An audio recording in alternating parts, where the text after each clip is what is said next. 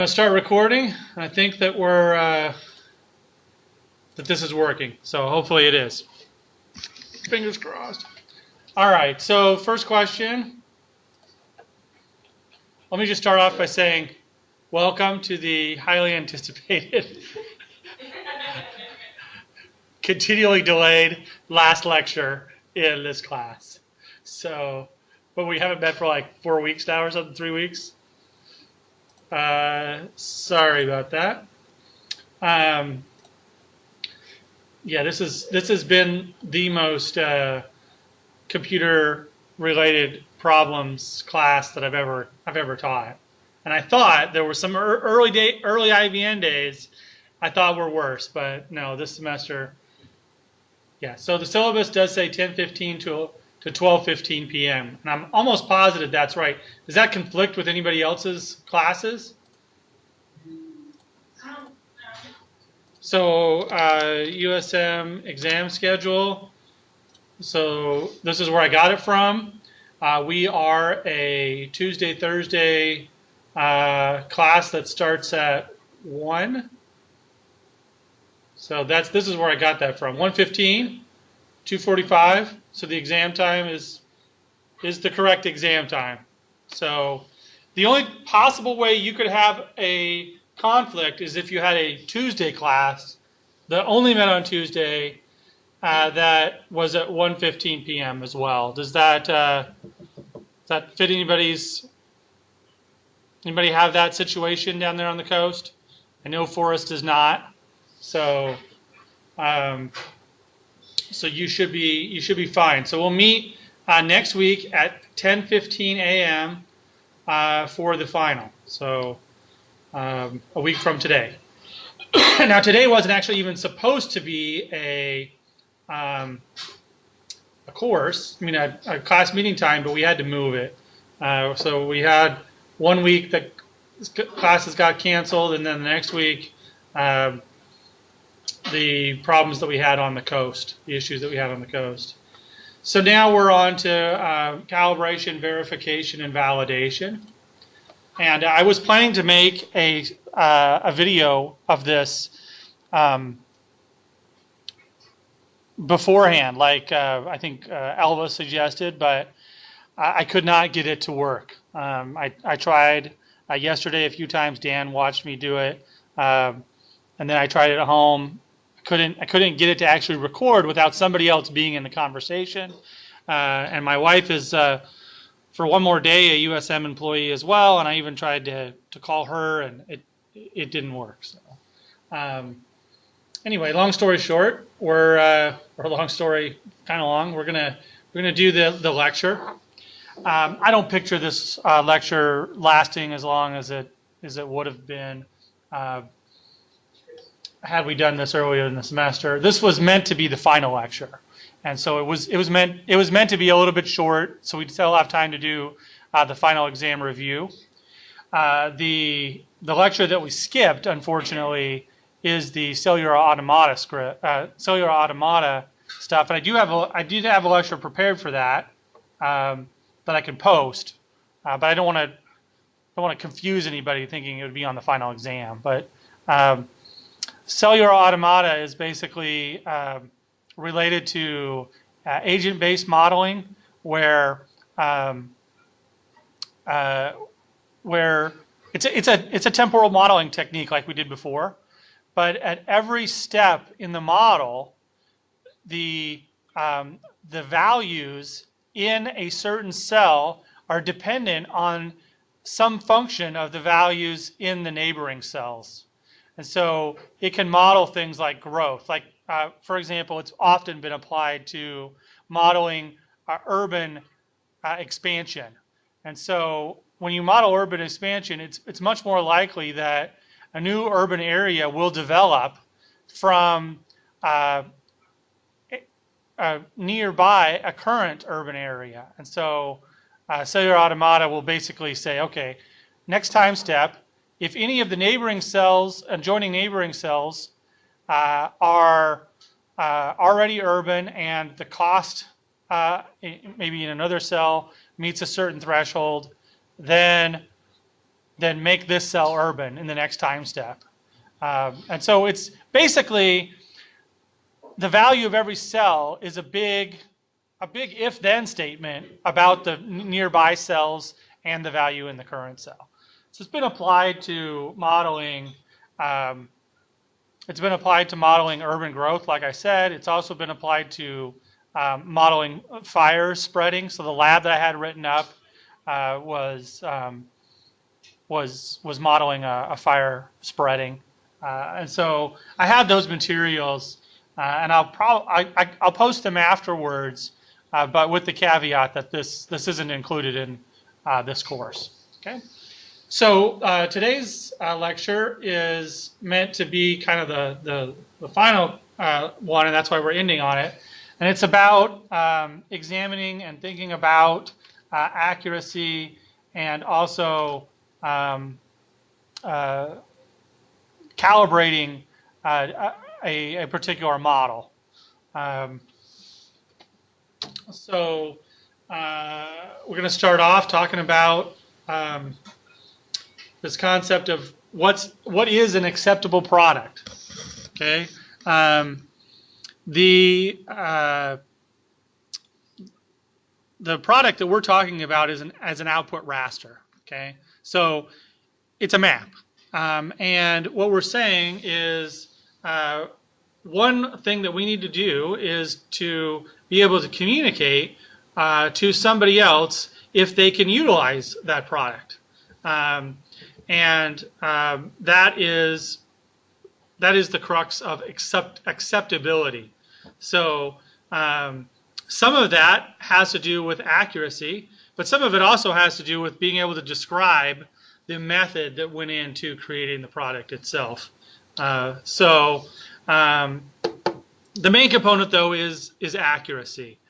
So how do we define or to determine accuracy? Well, when we're modeling, when we create an output map, we do have to undergo a process that we refer to as calibration. And calibration is about finding out what input parameters will produce the best result.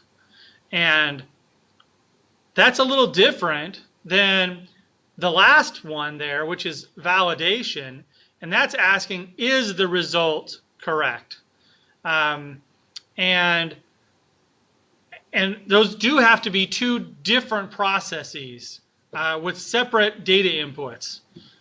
But oftentimes, they mimic each other. In other words, with calibration, we need to have some real-world data in order to build our model, to calibrate it, and to determine if it's producing accurate results.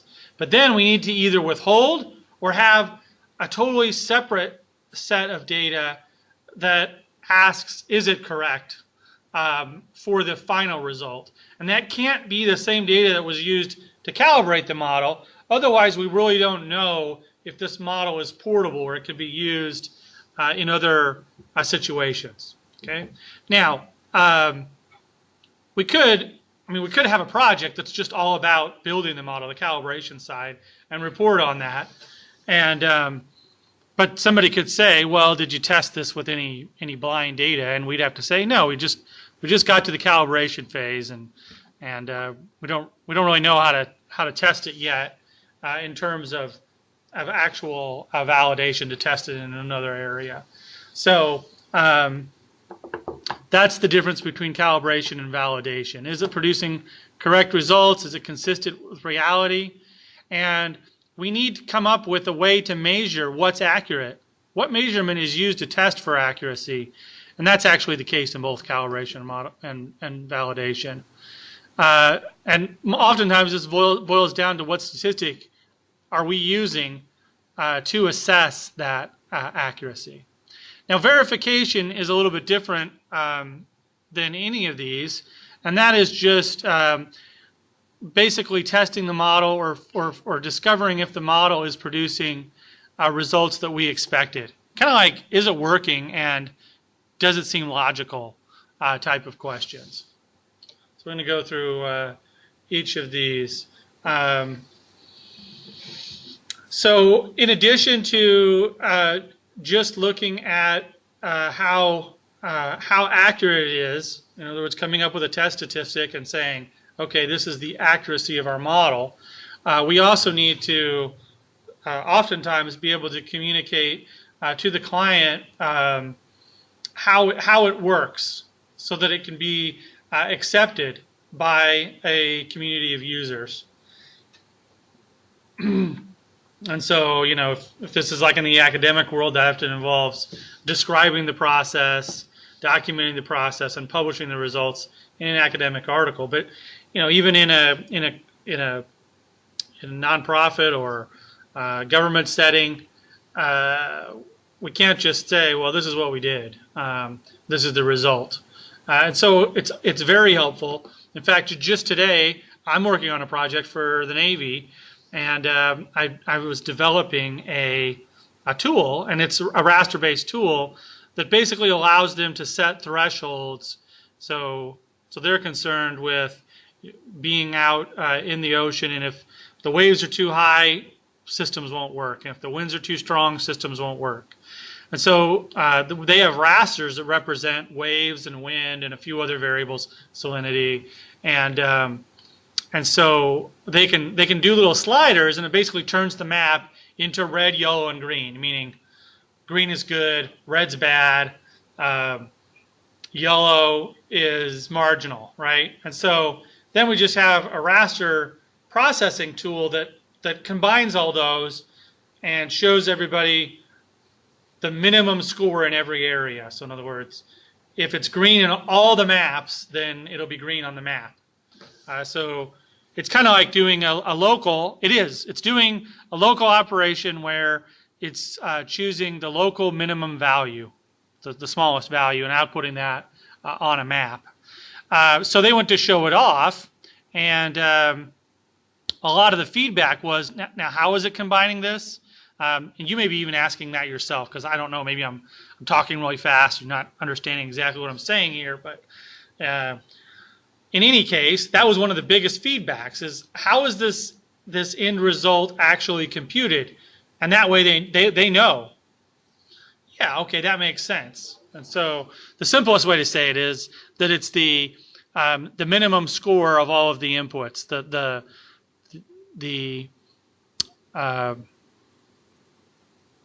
the least favorable is another way to say that. If it's red in any input, it's red. But if it's green in some areas and yellow in other areas, it's yellow. And so anyway, to wrap all this up, their question was specifically, can we document that somehow and better communicate that to the user? So that is a real issue that's out there. Yes. Dr. Rick, those races you talking about based on the surface of the water and the height of the waves? Yeah. So they have a raster layer that represents wave height, and a raster layer that represents temperature, and a raster layer that represents whatever else I said. Okay. Yep. And so, I mean, it's basically a capability suitability model, but we're defining suitable as meaning that the highest degree of suitability means that it's green in every single map. Green in every single map means it's good. So it's basically saying that it has to have the minimum, and what I mean by minimum, the minimum suitability is what the end result is. So the minimum suitability actually means red. So the result is always the minimum amount of suitability in their particular situation. All right.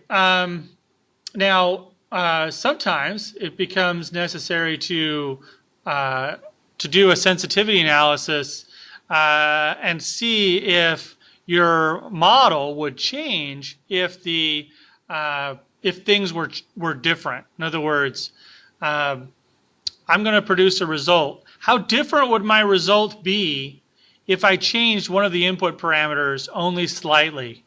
So let's say I have a capability suitability model, and one of the inputs is the amount of precipitation that an area has. Okay. Well, if I know that my raster, my precipitation raster, has an error, so the actual amount of precipitation can actually vary in there, like let's say 5 units, whatever those are, 5 inches either way. So if a raster cell says 10 inches of precipitation occurred here, if in reality what I'm saying is somewhere between 5 and 15 inches occurred there, I may want to run my model and look at those extremes and see how much they would change my result. And that would be something that I could communicate to the end user as well to help determine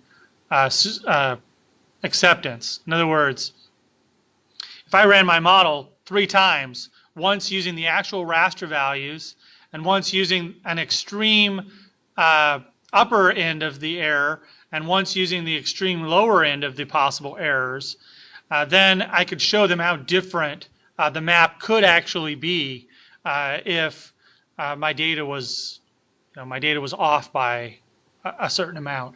To do that obviously requires that you have some information about the accuracy of your inputs. So that's that's a question you might have to ask yourself. Also, with resolution, my master's thesis was actually all about that. Is the model sensitive to resolution? So the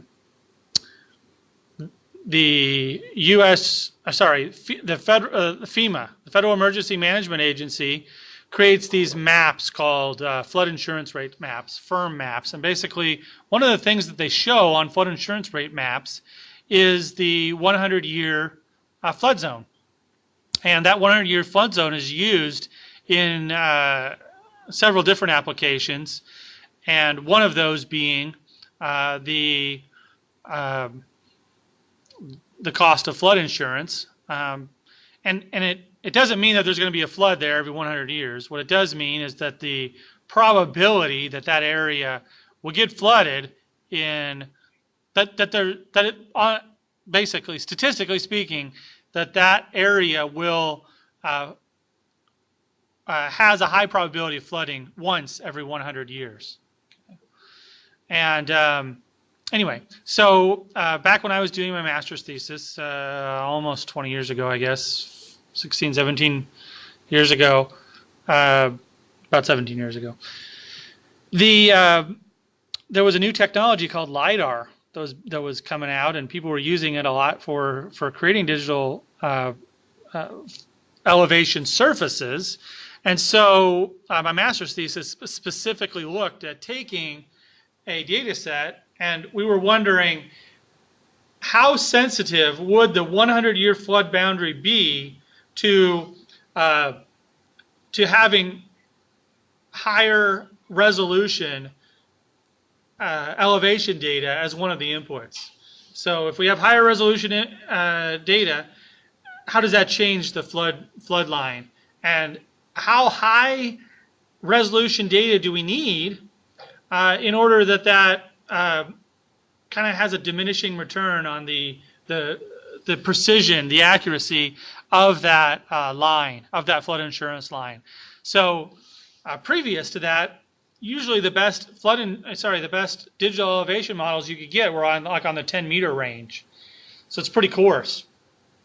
And LiDAR allowed you to get, at the time, like 5 meter down to 3 meter, even 1 meter data wasn't totally uncommon back then. Now we can get like 1 foot resolution LiDAR data. But anyway, so I looked at 5 meter LiDAR data, 3 meter LiDAR data, 1 meter.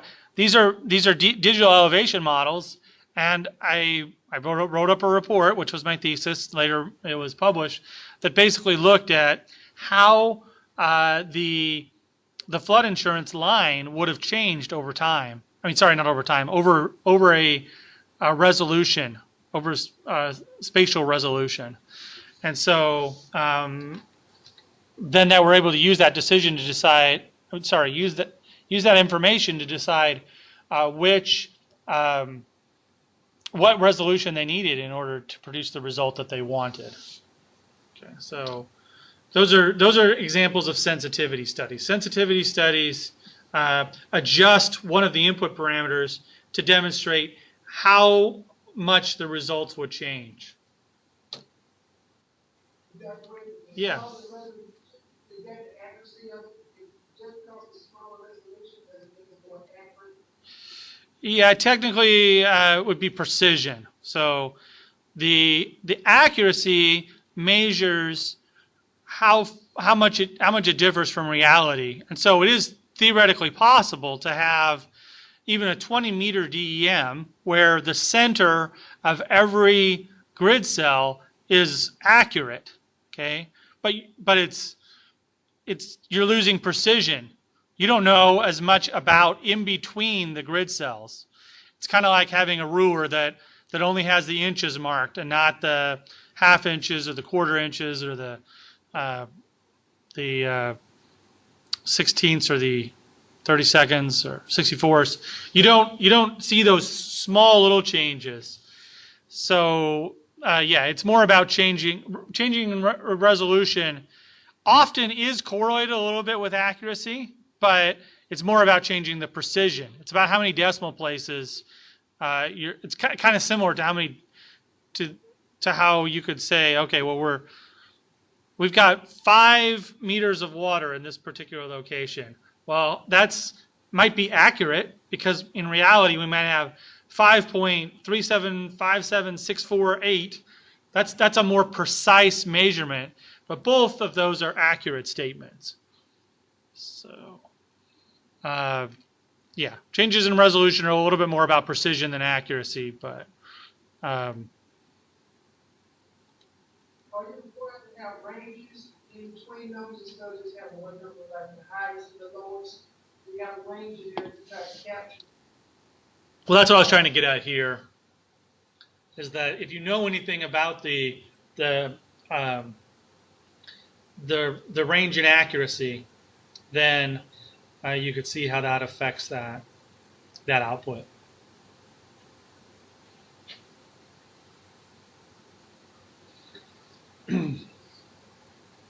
All right, so this topic of calibration, sometimes it's referred to as parameterization, particularly if you have a model that has a significant number of parameters associated with it. So for example, in our class, we did that temporal modeling result, or even the capability suitability modeling. And this actually applies a lot to a project that you're working on right now, Dan. Dan's doing some parameterization with his work, looking at different layers that might explain the distribution of malaria. And so if you have a number of layers that might explain something, but you don't really understand how those layers explain a particular distribution, then you can parameterize a model. There are a few different ways to do it. One way is if you think that all of your data form a mathematical equation that predicts a certain result, then you can use a tool called linear regression, and we'll talk about that today. Also, if you know if you're pretty sure they're related, but it's not linear in nature, you could use a trial and error approach. And we'll also talk about that today. So we'll talk about 2 different approaches to calibration. Okay.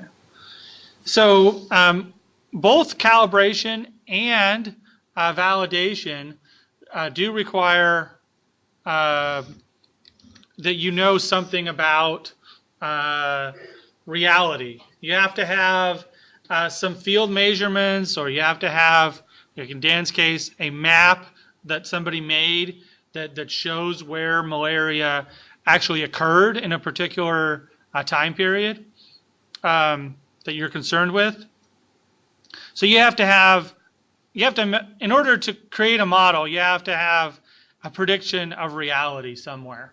So those field measurements or those observations are important, and they're necessary, I guess is what I'm trying to say. So some people refer to that as ground truth.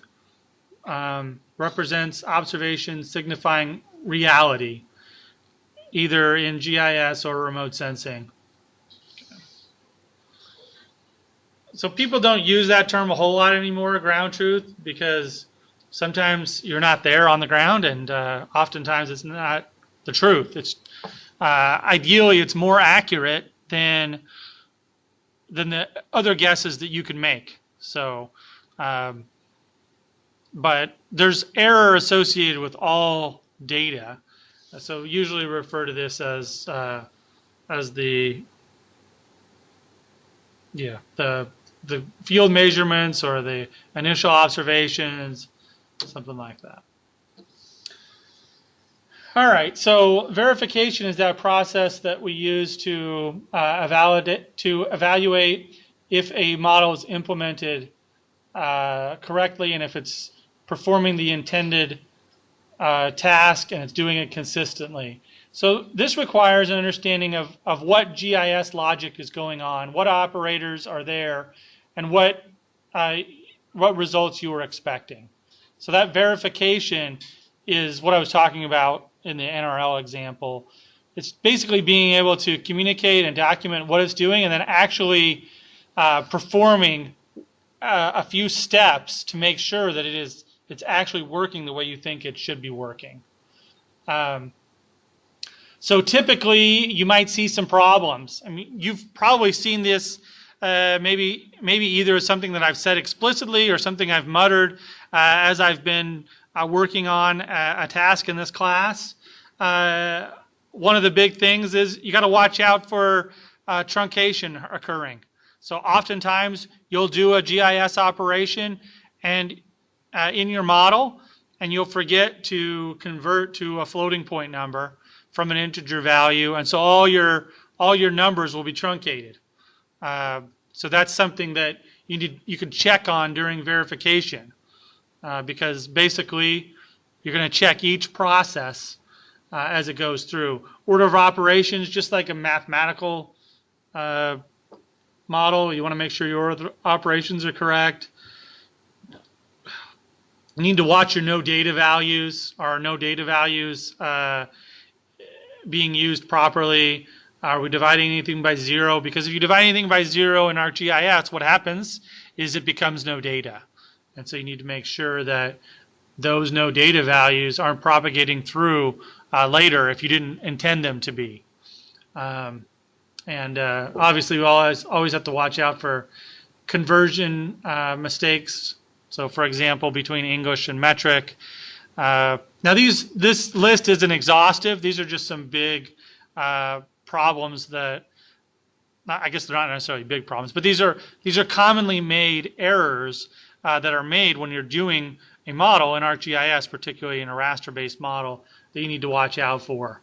And so oftentimes the way that you actually do a verification exercise is that you take a small subset of the data. You don't have to do that, but sometimes if your data is huge and it takes a long time to run an individual process, it's a pain to do verification where you're manually checking each step if it's a process that's using a lot of data. So you take a subset of the data and then you work out it manually what the results should be. Doesn't always mean that you work it out like by hand. I mean, you can use ArcGIS tools to do it. You run a step and then you use the identify tool to click and make sure that those values are what you planned that they should be. Okay. And then you run the GIS model and you compare. You run the whole model and you compare to the model where you ran each step by step. Because sometimes ArcGIS does something unexpected when you run it as a group, which was different than if you ran it step by step.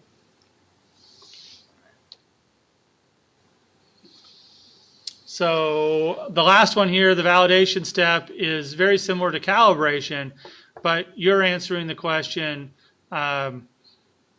is it accurate? Is the result that it produced a adequate model of the real world? And so oftentimes that does require using some sort of statistical analysis, meaning that you're comparing a number that you derive from the real world to the number that you created in your model. In order to do this, and I don't know, maybe I put these in the wrong order. Maybe select a test statistic should actually be first. So you need to decide what constitutes accuracy. On a map, it often means that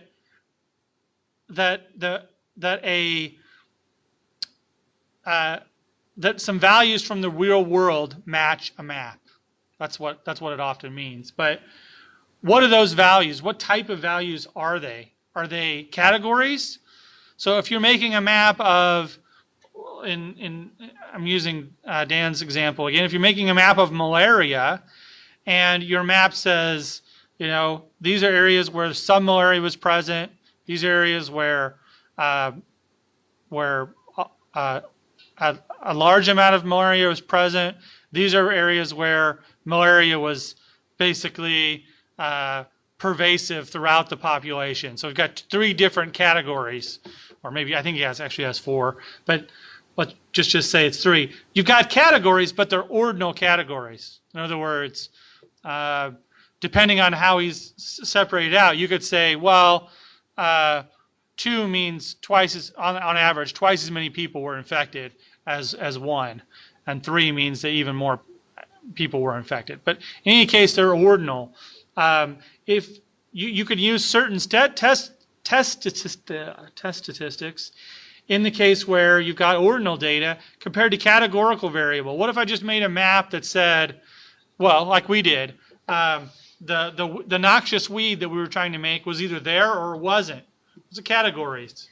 So you got a different test statistic for categorical data. You'd also have a different test statistic if you were actually trying to predict a numerical value. So let's say you were trying to make a map of, well, we did this earlier in the semester.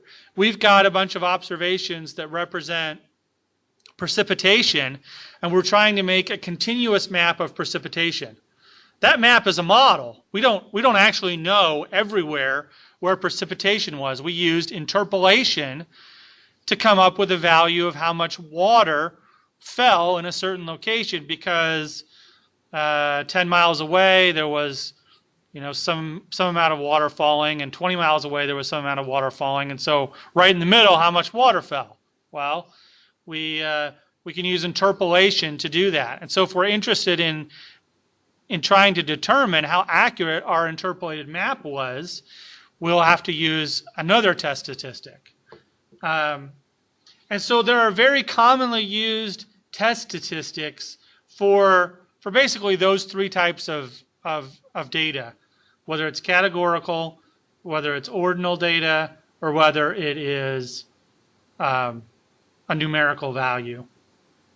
So once we do that, we can determine which test statistic we're going to use. Then we can collect observations in the field and then conduct our statistical evaluation. And what I say here is calibration and validation, they are similar. It says maybe similar. They are similar. But we have to use different reference data. Otherwise, our accuracy will always be high. In other words, if we use data to calibrate the model and then test its accuracy, then depending on the actual method of creating the model, we could have 100% accuracy, or we could have very close to 100% accuracy. In any case, it's going to be high. So, oh yeah, hold on just for a few minutes. I've got to give Avery, well, it doesn't really matter, but I got to give somebody something. Technically, but it's because last week I canceled. Oh, no.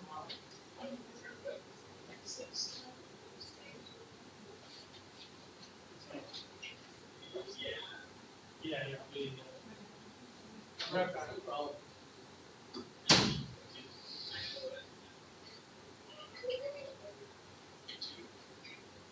I want to do it tonight, like after this, but like I'm not done with business yet. I thought definitely like you used to see that you'd be like, wait, why is it taking 5 minutes to finish? It's like, I'll be here for a while. We should just do it tonight. I'm not ready for the lecture one though, so I won't be ready to show like that. This whole when's he coming? Dude, I'm hot. I'm bad hot. I'm big hot right now. I'm so big. I just feel like I think it is. Let's just do it tonight if Alexa can.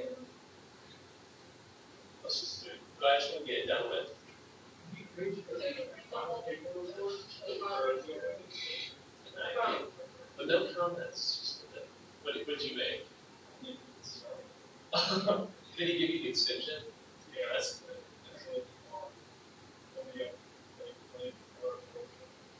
Oh my gosh. It seemed like he just doesn't grade my stuff.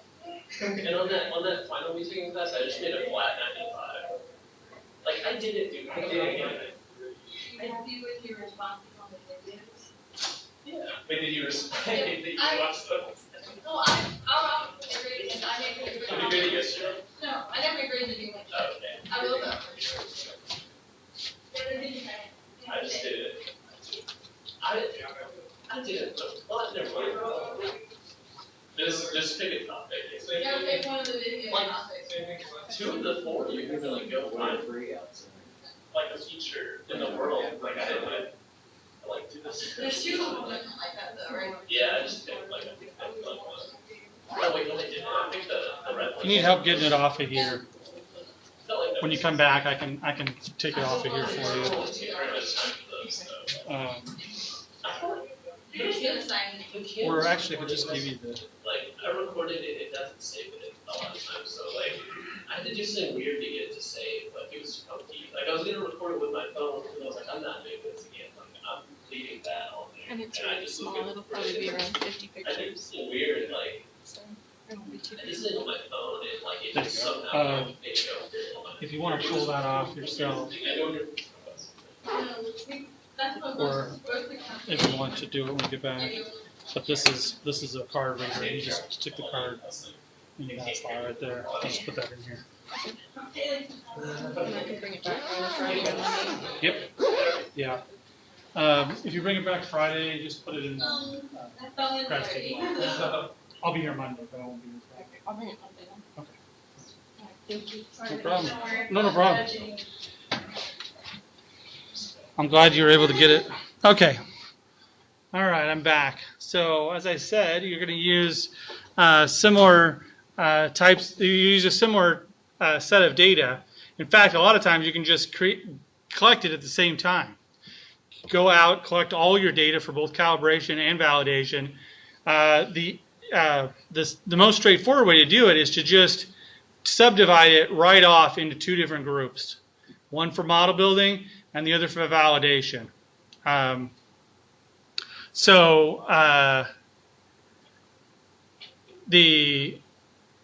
Oftentimes though, it's expensive to gather data. And so one method that sometimes people utilize is a method that's, there's a number of different sub-methods to this method, but in general they're referred to as cross-validation. And what that means is that you're leaving, it says leave one out in quotes, but it's you're leaving several out, or 1, or maybe 5 or 6, and then you run the model where you left just those out, and then you assess the accuracy using just those 1 or just those 5 that you left out, or 10.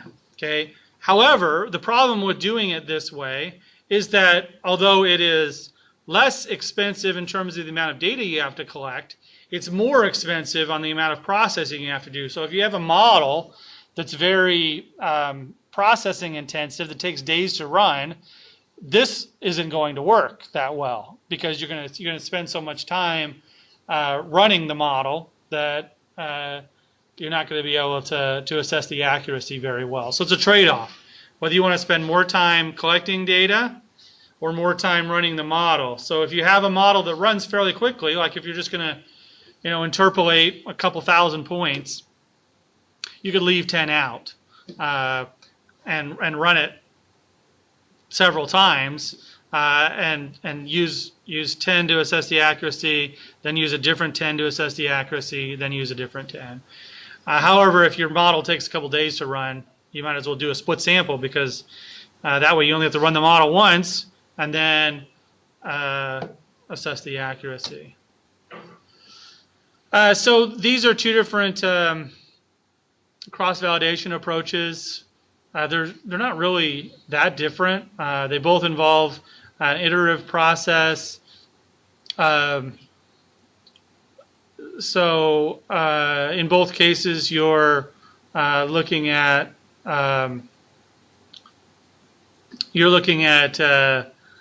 evaluating how much, not just how much change there is, but how much variation there is between the accuracy of the statistic that you're trying to calculate. Now, what is that statistic? I referenced that before up here, right? Select a test statistic. What is that test statistic? Well, if your output raster GIS is a continuous surface, so for example, you're predicting elevation or you're predicting precipitation, then you're going to use something like a widely adopted error statistic is RMSE, or root mean squared error. And the root mean squared error is just taking the difference between your modeled result, maybe if it's precipitation, your modeled precipitation, or your digital elevation model, and the reality. In other words, well, I use the word reality, but your in the field data, the data that should be of higher accuracy, and you're taking the difference. So you go to every location that you have reference data for, and you find out what's the difference between my reference data on the map and the value on the map, and that is your error. And then root mean squared error means that you take each of those errors, you square them, and then you find the mean of all those and you take the square root. So that's, now if it's discrete data, you do it a different way. Okay, so here's some diagrams from another book. So if you do calibration or validation in this manner, you do have to go collect, systematically collect values at known locations. And I kind of neglected this here, but there are different ways to do this. These are all valid, but they have their drawbacks. The best one is a truly random sample of locations. So something like this. However, if you have a lot of changing values, you might want to create your samples to be random but stratified. In other words, I want to get more samples where my raster surface is changing more often. So this would be a stratified random sample. This is a purely random sample. This is a systematic sample where I'm collecting a value every 30 or so meters. And that one has its drawbacks. One of the drawbacks being if you have any oscillation, you might not be able to capture that. Okay. And then finally, let's say you go out and collect your data, but you want to save some time. This is a clustered sample. In other words, they're random at each location, but you collect multiple values at each location. And again, you're running into the possibility of biasing your sample if you do this. It's just going to be biased in a different way. So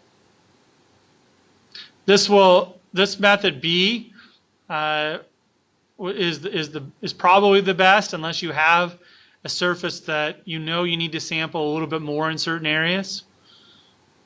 And A and C are more about expedience. This one, C, is probably a lot cheaper, but your values run the risk of being correlated and causing bias in your data. So this is basically a cross-sectional view of the idea of what you're doing with root mean squared error. So you're taking the value and you're subtracting that value from the actual surface. So this might represent your surface, your precipitation surface, and these are your known values, and you're calculating the difference between those known values and the surface itself. So that's RMSE. So this is the formula for RMSE. It actually looks really similar to the formula for standard deviation. The only difference is that I would have mean here instead of your x value, and this would be n minus 1. But that's the formula for root mean squared error. You take your modeled value minus the real value. That's what this is saying. You could express this differently. Square it. Okay. Then you add them all up. You divide them by the number of values. That's where we get mean. Then you take the square root. Okay. What if you have categorical data? Well, if you have categorical data, it's the most commonly accepted method for assessing the accuracy of a categorical raster data set is to find the values in reality or your reference data, and then find the values on the map and create what's called a confusion matrix. So what this is saying is, I went out and I found 73 residential areas in real life. Then I looked at those 73 residential areas on the map, and 70 of them, I mapped them as residential. 3 of them, I mapped them as commercial. So what's the accuracy for all the residential areas that I went out and looked at? Well, that would just be 70 divided by 73, which is this number right here. So that's 96% of the things that I found were residential were actually residential on the map. Okay. So you can look at that this way, or you can look at it this way. You can say, okay, looking at the map, 70 of the places that were residential, of the 70 that were residential, sorry, of the 88 that were residential on the map, 70 of them were correct. That's this user's accuracy on this side. But what's really important is this measure of overall accuracy. Not that these aren't important, particularly if you've got one that's lower than all the others, like forest here is really low. That's interesting. That's an interesting result to specify to people. You say, well, I did a pretty good job, but forests aren't mapped very well. Okay. So anyway, but the one that is often communicated to people is this last one, the overall accuracy. And the overall accuracy is just the sum of the diagonals divided by the total number. You can get the total number by adding up all these, or you can get the total number by adding up all these values. Okay. So, in other words, what we're saying is we mapped 382 of the referenced areas correctly, and there were 407 reference points. 382 of them were mapped correctly, and so overall, that's an accuracy of almost 94%. Okay. So for a land cover map derived from satellite data, that's actually pretty high. Okay. Depending on the situation, though, it could be It can be unacceptable or not acceptable, but it's important to be able to communicate that to the user. This is an older YouTube video. I didn't make the YouTube video, but because we're not doing a lab on this, I just wanted to show you an example. What I mean by older, it's using ArcGIS, ArcMap, but it is doing the same basic thing. So it's using ArcMap, and it's showing you how you could actually do this in ArcMap using what's called a pivot table. They actually use the same terminology that you would use in Excel. So what you do is you run the tool. Have we used extract values to points in this class? I think we did it in my other class, but there's a tool in ArcGIS called extract values to points, and when you run that, the output looks like this, where this is the column beforehand, and then this is the surface. He ended up calling the surface predict. So this is what it actually was when we visited the site, or somehow derived ground truth, and this is the value that the map said it was. Okay, and then you run pivot table, and after you run pivot table, it creates this this map where the diagonals represent the correct locations, the locations that were the same in both the ground truth data or the ground reference data, and they were the same in the map. These other ones represent the confusion. So these confusion, these all represent confusion. So if we add the sum of all of these of the diagonal and divide that by the sum of every single column, then we can get the overall accuracy, and that's what he's going to do. This is the accuracy for each class, and then he's going to do it he's going to actually do the final step in Excel. So the overall accuracy is this number right here, 75.9%. You can see that for his particular one, the biggest issue that he had was with mixed forest, only 36% accurate. Okay. So that can be done in ArcGIS, and you can watch that video on how to do that. But what I'm trying to say is we're not doing that one in the lab today. All right. So the last thing that we're going to talk about, the last model type that we're going to talk about, is regression. And this is another way of creating a mathematical model. Now, strictly speaking, this isn't necessarily spatial. Okay, it's taking the values in a number of different GIS data sets, so it's like a local operation, and predicting the result. And to do this, you need to have some reference data at known locations, just like with any other model. So sometimes it's just used to explore the data. All right. So here's some examples that we might be trying to make a map of biomass. We might be trying to make a map of tree growth. We might be trying to make a map of the probability of deer. We might be trying to make a map of we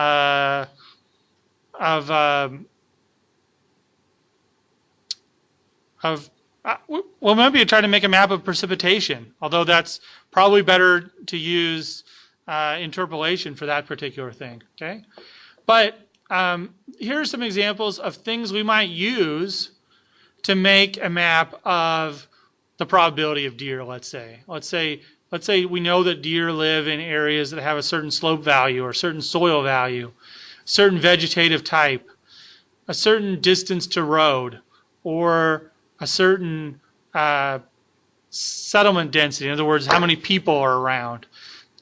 These might be independent variables. And what this implies is that we need to have a raster data set for each of these layers, and we need to have a value where we know, we need to have some points where we know the values for these layers if we're trying to predict one of these.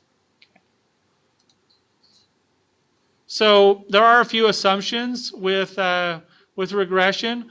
This is a statistical technique, and so one of the assumptions is that the errors have a normal distribution for each set of independent, each set of values of the independent variable. In other words, what that means is that that if we were to graph it like this, where we had we graphed one of these values like biomass with slope. Okay, it would produce a scatter plot that looked somewhat like this. In other words, it would have most of the points clustering around this line, and you would have less and less points as you go away, and there wouldn't be too much pattern to the points themselves. That's what that means. Okay, the errors have an expected mean value of 0. That just means that you know, we have as many points above and below this line. If we add all the errors up, they would equal to 0.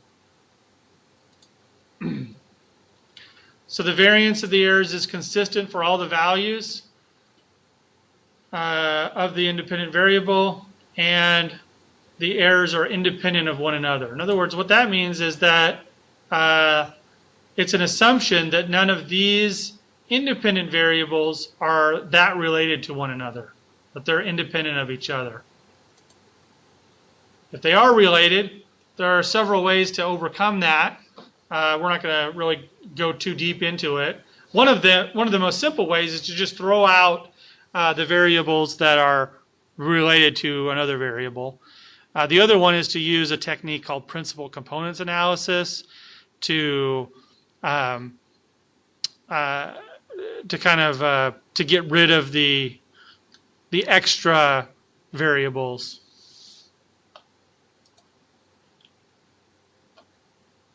The most common way to use regression is to use it to predict a continuous value, but you can use it to predict presence or absence, like a 1 or a 0, using what's called logistic regression. And there's a tool for each of these in ArcGIS. All right, we talked about spatial autocorrelation earlier in the course,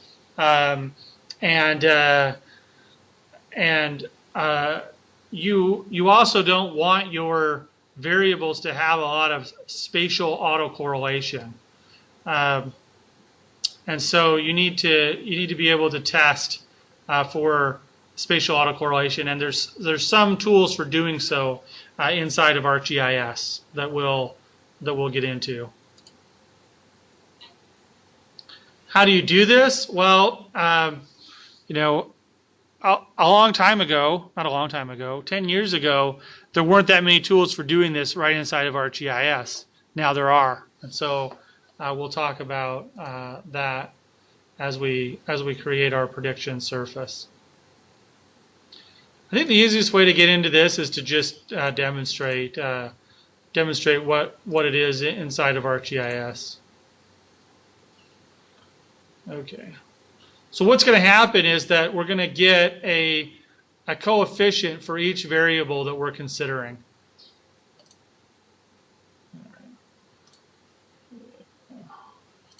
I think I'm going to let's actually do this in the lab. Let's do the lab step together that talks about this, and I'll be able to make more sense of what this is doing. Well, let's go ahead and take a 10-minute break. I need to take a break real quick, and then we'll bring up the lab. So I'm going to